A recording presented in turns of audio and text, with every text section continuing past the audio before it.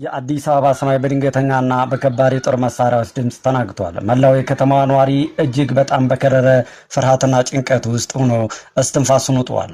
መዲናዋ አዲስ አበባ ወታደራዊ የጦር ቀጠና ሆናለች። ታንኮች አስፋልቱን እያናወጡ ይጓዛሉ። የጦር ጀቶች ከሰማይ በላይ እያስገመገሙ ያልፋሉ። ሁሉም ሰው በአንድ ትልቅ ጥያቄ ውስጥ ወድቋል። ነገሮች እንዴት እዚህ ደረጃ ላይ ሊደርሱ ቻሉ? በዚህ እጅግ ውጥረት በነገሰበት ሰዓት መላው ሀገሪቱ በትኩረት እየተመለከተችው ያለው ወደ አንድ ቦታ ብቻ ነው፣ ወደ ቤተ መንግስት። ከቤተ መንግስት ግንብ በስተጀርባ አረንጓዴው ሳሎን ውስጥ የሀገሪቱ ከፍተኛ ባለስልጣናትና ሚኒስትሮች ታስረው ይገኛሉ። የእነዚህ ሰዎች እጣ ፈንታ ምን ሊሆን እንደሚችል ማንም በእርግጠኝነት መናገር አይችልም። ጊዜው እያለቀ ነው። እያንዳንዱ ሰከንድ ደግሞ ወደማይቀረው አስከፊ ፍጻሜ እየገፋ ይገኛል። በክፍል ውስጥ ካሉት ታጋቾች መካከል ግን የአንድ ሰው መገኘት የመላው ሰራዊትና የሀገሪቱን ቀጣይ እድል የሚወስን ሆኗል። እርሱ በዚህ መፈንቅለ መንግስት ውስጥ እጁ የለበትም። ነገር ግን ከመፈንቅለ መንግስቱ መሪዎች በኩል የወጣው ይፋዊ መግለጫ ላይ የእርሱ ስም የአዲሱ ጦር ኃይል ጠቅላይ አዛዥ ተደርጎ ተነቧል። ይህ ስም ሌተናል ጀነራል ሙሉጌታ ቡሌ ነው። ይህ ወታደራዊ ግዙፍ ሰው በኢትዮጵያ ወታደራዊ ታሪክ ውስጥ እጅግ የተከበረና የሚፈራ መሪ ነው። በአሁኑ ሰዓት ግን እንቅስቃሴ ላይ ባለው በዚህ አደገኛ የታሪክ ማዕበል ውስጥ እርሱ መሀል ላይ ቆሟል። በአንድ በኩል የመንግስቱ ታማኝ ኃይሎች ቤተ መንግስቱን ከበው የኃይል እርምጃ ለመውሰድ እየተዘጋጁ ነው። በሌላ በኩል ደግሞ የመፈንቅለ መንግስቱ መሪዎች ጀነራሉን እንደ ብቸኛ የህልውና ጋሻ አድርገው ይዘውታል። ለመሆኑ ጀነራል ሙሉጌታ ቡሌ በዚህ አጣብቂኝ ውስጥ እንዴት ሊገቡ ቻሉ? ንጉሠ ነገስቱ ለምን ፍጹም ታማኝነታቸውን ተጠራጠሩት? የቃኞች ሻለቃን በኮሪያ ምድር ያስመሰከረ የዘመናዊ የክብር ዘበኛ ጦር ፈጣሪ የሆነው ይህ ጀግና ዛሬ በገዛ ወታደሮቹ እጅ የታጋችነት እጣ ለምን ደረሰው? በቤተ መንግስቱ ግቢ ውስጥ ያሉት ጠመንጃዎች አፈሙዛቸውን አዘጋጅተዋል። የአረንጓዴው ሳሎን በር ሊገፋ ጥቂት ደቂቃዎች ብቻ ቀርተዋል። አገሪቱ ላይ ሊከሰት ያለውን ያንን ታሪካዊ አሳዛኝ ክስተት ሰከንድ በሰከንድ በመካከላቸው እንዳለን ሆነን እንመለከታለን። ዛሬ በታሪክ ድርሳናት ውስጥ ተደብቀው የቆዩትን የእውነተኛ አስደንጋጭ የደህንነት ሚኒስትሮች እንዲሁም የጀነራል ሙሉጌታ ቡሊን የመጨረሻ ሰዓታት ውሳኔዎች በዝርዝር እንቃኛለን። እስከ ዝግጅቱ ፍጻሜ አብራችሁን ቆዩ። ታህሳስ 8 ቀን 1953 ዓ.ም የአዲስ አበባ ሰማይ መቼም የማይዘንብ የጥይት ጭስና የጥርጣሬ ደመና ዙሯል።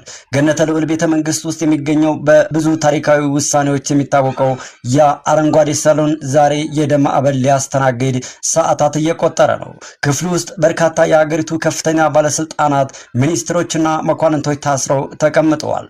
ከቤተ መንግስቱ ግንብ ውጭ የታንኩ ጩኸት፣ የአየር ኃይል ተዋጊ ጄቶች ድምፅና የእግረኛ ጦር ተኩስ አየሩ እየሰነጠቀው ነው። የንጉሠ ነገስቱ ታማኝ ኃይሎች ቤተ መንግስቱን ከበውታል። መፈንቅለ መንግስቱ እየከሸፈ የመጨረሻዋ ሰዓትም እየተቃረበች ነው። ክፍል ውስጥ ካሉት ታጋቾች መካከል አንድ ግዙፍ ቀጥ ያለና ወታደራዊ ግርማ ሞገስ የተላበሰ ሰው ይታያል። እርሱ በዚህ መፈንቅለ መንግስት ውስጥ የሴራው መሐንዲስም አልነበረም። ይልቁንም ፈንቃዮቹ ያለ ፈቃዱና ሳያውቅ ስሙን በመግለጫው ላይ አንብበው የጦር ኃይሉ ጠቅላይ አዛዥ አድርገው ሹመውታል። ነገር ግን እርሱ ለንጉሱም ሆነ ለሀገሩ ያለውን ክብር አሳልፎ ለመስጠት ፈቃደኛ አልነበረም። ይህ ሰው ሌተናል ጀነራል ሙሉጌታ ቡሊ ነው። አሁን ያ የአረንጓዴ ሳሎን በሩ በኃይል ተገፋ። ክፍል ውስጥ የነበሩት ታጋቾች የመጨረሻው ዕጣ ፈንታቸው መቃረቡን ተገነዘቡ። የጠመንጃ አፈሙዝ ወደ እስረኞቹ ሲዞሩ ጀነራል ሙሉጌታ ቡሊ በግርማ ሞገስና ባልተሸበረ ልብ ከመቀመጫው ተነሳ። እርሱ በጦር ሜዳ የለመደውን ሞት በራሱ ወታደሮች እጅ ሊቀበል ጥቂት ሰከንዶች ብቻ ቀርተዋል። ጥይቶቹ መርከፍከፍ ጀመሩ። ጥይትና ጠመንጃ ያላመረቱ ጣቶች የጦር መሐንዲሱ ጀኔራል ላይ ለመተኮስ አላቅማሙ። አገሩ ኢትዮጵያ፣ ሰራዊቱ ኢትዮጵያ ነውና ምሁር ላይ መተኮስ አዲስ ልማድ አይደለም። በሰኮንዶች ልዩነት ውስጥ የአገሪቱ ታላቅ ወታደራዊ መሐንዲስና የዘመናዊ ጦር ፈጣሪ መሬት ላይ ወደቀ። ይህ ግድያ ግን የአንድን ጀኔራል ሕይወት ብቻ የቀጠፈ አልነበረም። የኢትዮጵያ ዘመናዊነትና የለውጥ ጉዞ አቅጣጫ ያስቀየረ በታሪክ ውስጥ ትልቅ ጠባሳ ጥሎ ያለፈ ክስተት እንጂ። ለመሆኑ ሌተናል ጀነራል ሙሉጌታ ቡሊ ማን ነበሩ? ከትህትና ህይወት ተነስተው የኢትዮጵያ ጦር ኃይል ቁንጮ ለመሆን እንዴት ቻሉ? ንጉሠ ነገስቱስ ለምን ፍጹም ታማኝነታቸውን ተጠራጠሩት? ለመፈንቅለ መንግስቱ መሪዎችስ ለምን ታጋች ሆኑ? የሚሉ ጥያቄዎች ወሳኝ ናቸው። የጀነራል ሙሉጌታ ቡሊ የህይወት ጉዞ የሚጀምረው ከ1909 ዓመተ ምህረት ነው። የተወለዱት በሸዋ ጠቅላይ ግዛት ውስጥ ሲሆን ገና በወጣትነታቸው ዕውቀትና ወታደራዊ ጥበብን የመቅሰም ከፍተኛ ጉጉት ነበራቸው። በትምህርት ህይወታቸው መጀመሪያ ላይ በተፈሪ መኮንን ትምህርት ቤት ትምህርታቸውን ከተከታተሉ በኋላ በኢትዮጵያ ታሪክ የመጀመሪያው ወታደራዊ ማሰልጠኛ ወደ ነበረበት የሆለታ ወታደራዊ አካዳሚ ገቡ። በወቅቱ በአካዳሚ ውስጥ ብቸኛው የኦሮሞ ተወላጅ እጩ መኮንን ነበሩ። እዚያም በፈረንሳይ ወታደራዊ መኮንኖች አማካኝነት የተሰጠውን ዘመናዊ ወታደራዊ ትምህርት በከፍተኛ ብልሃትና ውጤት አጠናቀቁ። ሆኖም ግን ወጣቱ መኮንን ሙሉጌታ ቡሊ እውቀታቸውን በተግባር ለመፈተሽ ብዙም አልቆዩም። በ1928 ዓመተ ምህረት ፋሺስት ጣሊያን አገሪቱን በወረረችበት ወቅት እርሳቸው በጃንሆይ ልዩ የክብር ዘበኛ ጦር ውስጥ መኮንን ሆነው ወደ ማይጨው ጦር ግንባር ዘመቱ። በማይጨው ጦርነት ወቅት የታየው የኃይል አለመመጣጠን፣ የኢትዮጵያ ጦር በጋዝ መርዝ መደብደብ ወጣቱ መኮንን ትልቅ የታሪክ ትምህርት ሰጠው። ጦርነቱ በሽንፈት ተጠናቆ ንጉሱ ወደ ስደት ሲያቀኑ ሙሉጌታ ቡሊ ግን አገራቸውን ጥለው አልጠፉ። ይልቁንም ወደ ኬንያና ጅቡቲ በመሰደድ ከአርበኞችና ከነጻነት ኃይሎች ጋር በመሆን የጸረ ፋሺስት ትግሉን ቀጠሉ። ይህ የስደትና የትግል ዘመን በውስጣቸው ጥልቅ የሀገር ፍቅርና ወታደራዊ ጥበብን ይበልጥ ያጠናከረ ነበር። በ1933 ዓመተ ምህረት ኢትዮጵያ ከፋሺስት ወረራ ነጻ ስትወጣ ንጉሠ ነገሥት አጼ ኃይለ ሥላሴ አገሪቱን ዘመናዊ የማድረግ ትልቅ ዓላማ ነበራቸው። ዋነኛ መሰረት ጠንካራና ዘመናዊ ወታደራዊ ኃይል መገንባት ነበር። ንጉሱ ይህንን ታላቅ ኃላፊነት ሊሰጡ የሚችሉት ታማኝ የተማረና ቆራጥ መኮንን ይፈልጉ ነበር። እጃቸውን የዘረጉት ወደ ወጣቱ መኮንን ሙሉጌታ ቡሊ ሆነ። ሙሉጌታ የኢትዮጵያ ክብር ዘበኛ አዛዥ ሆነው ተሾሙ። ይህ ሹመት ለጀነራል ታላቅ የፈጠራ የስራ እድል የከፈተም ነበር። ጀነራል ሙሉጌታ ክብር ዘበኛ በስም ብቻ ሳይሆን በተግባር የአገሪቱ ልሂቅ ወታደራዊ ኃይል ለማድረግ ሌት ከቀን መስራት ጀመሩ። ወታደሮችን መመልመል ብቻ ሳይሆን ስነ ምግባርና ዘመናዊ ውጊያን ሳይንስንና ስትራቴጂን እንዲማሩ አደረጉ። በክብር ዘበኛ ውስጥ የሙዚቃ ክፍል፣ የስፖርት ክበብና የወታደራዊ ትምህርት ቤቶችን አቋቋሙ። ወታደሩ የሀገር መከላከያ ብቻ ሳይሆን የሀገር ስልጣኔና የእድገት ፋና ወጊ እንዲሆን አልመው ሰሩ።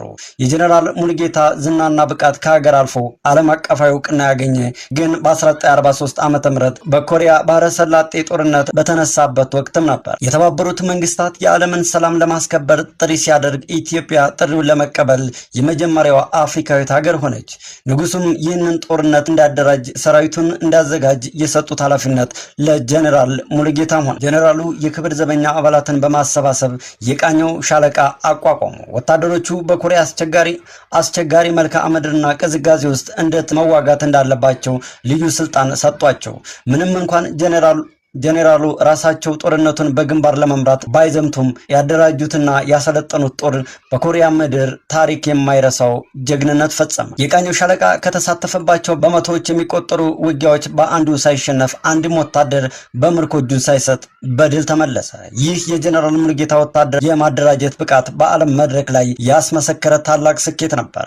ይሁን እንጂ ይህ ታላቅ ስኬትና ዝና ከቤተ መንግስት ውስጥ ላሉ አንዳንድ ባለስልጣናት መኳንንት አስደሳች አልነበር። የጀነራሉ ተሰሚነት በሰራዊቱ ዘንድ ፍጹም ፍቅርና አክብሮት በማስገኘቱ በንጉሱና በደጋፊዎቻቸው ዘንድ ስጋትን መፍጠር ጀመረ። የኢትዮጵያ ቤተ መንግስት የሴራና የሹክሹክታ ማዕከል ነበረች። ጀነራሉ ከሰራዊቱ ጋር በመሆን መፈንቅለ መንግስት ሊያደርግ ይችላል የሚሉ ወሬዎችም ወደ ጃንሆይ ጆሮ መድረስ ጀመሩ። በተለይም በ1940ዎቹ መገባደጃ ላይ በግብጽ ወጣት ወታደራዊ መኮንኖች በጋማል አብድል ናስር መሪነት ንጉሱን ከስልጣን ማውረዳቸው አጼ ኃይለ ሥላሴን በራሳቸው ጀነራሎች ላይ ያላቸውን እምነት እንዲቀንሱ አድርጎታል። አጼ ኃይለ ሥላሴ የጀነራል ሙሉጌታን ስልጣን ለመገደብ ረቂቅ እርምጃዎችን መውሰድ ጀመሩ። በ1948 ዓመተ ምህረት ጀነራል ከክብር ዘበኛ አዛዥነታቸው በማንሳት የጦር ኃይሎች ጠቅላይ ኤታማዦር ሹም አደረጓቸው። ይህ ሹመት በስም ትልቅ ቢመስልም ከሚወዱትና ከሚወዳቸው የክብር ዘበኛ ሰራዊት በቀጥታ የሚለይት ስልታዊ አካሄድ ነበር። በኋላም ይበልጥ ከጦር ኃይሉ ለማራቅ የጡረታና የሲቪል አስተዳደር ሚኒስትር አድርገው ሾሟቸው። እርምጃው ጀነራሉን ቢያሳዝንም ለሀገራቸውና ለንጉሱ የነበራቸው ታማኝነት ግን አላሻከረውም። በትህትና የተሰጣቸውን ኃላፊነት መወጣት ቀጠሉ። ቤተ መንግስት የተቀጣጠለው የለውጥ ፍም ገና አልጠፋም ነበር። በጀነራል ሙሉጌታ የተተኩት የክብር ዘበኛ አዛዥ ብርጋዴር ጀነራል መንግስቱ ነዋይ ወንድማቸው ግርማሜ ነዋይ የሀገሪቱን ኋላ ቀርነትና የድሆችን ህይወት ለመቀየር ቆርጠው ተነሱ። እነርሱ ለውጥን ማምጣት የሚቻለው ስርዓቱን በኃይል በመቀየር ብቻ እንደሆነ አመኑ። በዚህም መሰረት የ1953ቱን ታሪካዊ መፈንቅለ መንግስት ማዘጋጀት ጀመሩ። እንዲያም ቢሆን የመፈንቅለ መንግስቱ አዘጋጆች አንድ ትልቅ ችግር ነበረባቸው። የክብር ዘበኛ ጦርን እነርሱ ለውጡን ማምጣት የሚቻለው ስርዓቱን በኃይል በመቀየር ብቻ እንደሆነ አመኑ። በዚህም መሰረት የ1953ቱ ታሪካዊ መፈንቅለ መንግስት ማዘጋጀት ጀመሩ። እንዲህም ቢሆን የመፈንቅለ መንግስቱ አዘጋጆች አንድ ትልቅ ችግር ነበረባቸው። የክብር ዘበኛ ጦርን ማዘዝ ቢችሉም መደበኛ መከላከያ ጦርና የአየር ኃይል ግን ለንጉሱ ታማኝ ነበሩ። መደበኛውን ጦር ወደ ራሳቸው ወገን ለመሳብ በሰራዊቱ ዘንድ እጅግ የተከበረና የሚደመጥ ታላቅ ስም ያስፈልጋቸው ነበር። ይህ ስም ሌተናል ጀነራል ሙሉጌታ ቡሊ ሆነ። ገርማሜና መንግስቱ ነዋይ ጀነራሉን ሳያማክሩና በስራው ውስጥ ሳያሳትፉ መፈንቅለ መንግስት ከተሳካ በኋላ የጦር ኃይሉ ጠቅላይ አዛዥ አድርገው ለመሾም ወሰኑ። ታህሳስ 4 ቀን 1953 ዓመተ ምህረት አጼ ኃይለ ሥላሴ በብራዚል የሥራ ጉብኝት ላይ ሳሉ መፈንቅለ መንግስቱ ተጀመረ። የሴራው መሪዎች ባለስልጣናትንና ሚኒስትሮችን አስቸኳይ ስብሰባ አለ በሚል ወደ ገነተ ልዑል ቤተ መንግስት ጠሯቸው። ጀነራል ሙሉጌታ ቡሊም ወደ ቤተ መንግስቱ መጡ። ነገር ግን እዚያ ሲደርሱ ያጋጠማቸው ነገር ፍጹም ድንገተኛ ነበር። ቤተ መንግስቱ በክብር ዘበኛ ወታደሮች ተከቧል። የመጡት ባለስልጣናት በቁጥጥር ስር ውለዋል። ጀነራል መንግስቱ ነዋይ ወደ ሙሉጌታ ቡሊ በመቅረብ ዓላማቸውን ገለጹላቸው። አገሪቱን ከኋላ ቀርነት ለማዳን ተነስተናል፣ አንተም የጦር ኃይሉን እንዲትመራልን እንፈልጋለን አሏቸው። ጀነራል ሙሉጌታ ግን በሐሳቡ አልተስማሙም። መፈንቅለ መንግስቱ ህገወጥ እንደሆነና አገሪቱን ወደ እርስ በርስ ጦርነትና ደም መፋሰስ እንደሚመራት አስጠነቀቁ። ለንጉሱና ለአገሪቱ ህገ መንግስት የገቡትን ቃል ማፍረስ እንደሌለባቸው በጽኑ ተከራከሩ። እምቢተኝነታቸውን ሲገልጹ የአድማው መሪዎች ጀነራሉን ከሌሎች ባለስልጣናት ጋር በአረንጓዴው ሳሎን በታጋችነት አሰሯቸው። በማግስቱ ታህሳስ 5 ቀን በመፈንቅለ መንግስቱ መሪዎች የተዘጋጀው መግለጫ በሬዲዮ ተነበበ። መግለጫው አዲሱን መንግስት ይፋ ሲያደርግ የጀነራል ሙሉጌታ ቡሊ ስምም እንደ አዲሱ የጦር ኃይሎች ጠቅላይ አዛዥ ተደርጎ ተጠቀሰ። ይህ መግለጫ በታማኙ ጦር ዘንድ ትልቅ ግራ መጋባት ፈጠረ። ታማኝ ኃይሎቹ ጀነራል ሙሉጌታ ካለበት መፈንቅለ መንግስቱ እውነትም የአገር ጉዳይ ሊሆን ይችላል ብለው ተጠራጠሩ። ነገር ግን ታማኞቹ ጀነራል መርዕድ ንጉሱና ጀነራል ከበደ ገብሬ የመፈንቅለ መንግስቱን መሪዎች እጅ እንዲሰጡ ጠየቁ። ድርድሩ አልሰራም። ታማኙ ጦርና የአየር ኃይሉ በመፈንቅለ መንግስቱ ኃይሎች ላይ ጥቃት መጀመሩን አወጁ። አዲስ አበባ የጦር ሜዳ ሆነች። ጥይቶችና ታንኮች የከተማዋን ሰላም አደፈረሱ። የክብር ዘበኛ ጦር በመደበኛው ጦር የበላይነት እየተሸነፈና ወደ ኋላ እየተገፋ መጣ። ታህሳስ 8 ቀን 1953 ዓመተ ምህረት መፈንቅለ መንግስቱ ሙሉ በሙሉ መክሸፉ ግልጽ ሆነ። ታማኙ ጦር ወደ ቤተ መንግስቱ ቅጥር ግቢ እየተቃረበ ነው። አረንጓዴው የቤተ መንግስት ሳሎን ውስጥ የነበሩት ታጋቾች የነጻነት አየር ሊተነፍሱ ጥቂት ሰዓታት ብቻ እንደቀራቸው ተስፋ ማድረግ ጀመሩ። ነገር ግን በአድማው መሪዎች ዘንድ የተፈጠረው ተስፋ መቁረጥና ንዴት ወደ አስከፊ ውሳኔ መራቸው። ገርማሜ ነዋይና አጋሮቻቸው ታጋቾቹን በሙሉ ለመግደል ወሰኑ። ወደ ክፍሉ የገቡት ታጣቂዎች ጥይት መተኮስ ሲጀምሩ ጀነራል ሙሉጌታ ቡሊ የሞትን አፈሙዝ እያዩ እንኳ አልተመረከቁ። በጀግንነት ስሜት ተነስተው ድርጊቱን ለማስቆም ቢሞክሩም በጥይት እሳት ተመትተው መሬት ላይ ወደቁ። ከእሳቸው ጋር የሀገሪቱ ታላላቅ ሚኒስትሮች፣ መኳንንትና ወታደራዊ መሪዎች በአረንጓዴው ሳሎን ውስጥ ህይወታቸው አለፈ። የጀነራል ሙሉጌታ ቡሊ አሟሟት መላውን አገርና ሰራዊቱን በከፍተኛ ሀዘን ውስጥ የጣለ ክስተት ነበር። ንጉሱ ወደ አገር ሲመለሱ የታማኙንና የጀግናውን ጀነራል አስከሬን ሲመለከቱ ማልቀሳቸው በታሪክ ተመዝግቧል። ጀነራሉ የኢትዮጵያን ዘመናዊ ጦር ገንብተው ነገር ግን በገነቡት ሰራዊት አባላት እጅ ህይወታቸው ማለፉ የታሪክ ትልቁ አስቂኝና አሳዛኝ ገጽታ ነበር። የጀነራል ሙሉጌታ ቡሊ ታሪክ የጽናት የጀግንነትና የልህቅነት ማሳያ ነው። እርሳቸው የመሰረቱት የክብር ዘበኛ ስርዓትና የጦር አወቃቀር ለብዙ ዘመናት የኢትዮጵያ መከላከያ ኃይል ምሰሶ ሆኖ ቆይቷል። ዛሬም ድረስ በታሪክ ተመራማሪዎች ዘንድ ጀነራል ሙሉጌታ ቡሊ በዚያን ወቅት በህይወት ቢተርፉ አገሪቱን ቢመሩ ኑሮ የኢትዮጵያ ፖለቲካዊና ማህበራዊ ጉዞ ወዴት ያመራ ነበር የሚለው ጥያቄ ትልቅ መነጋገሪያ ሆኖ ይኖራል።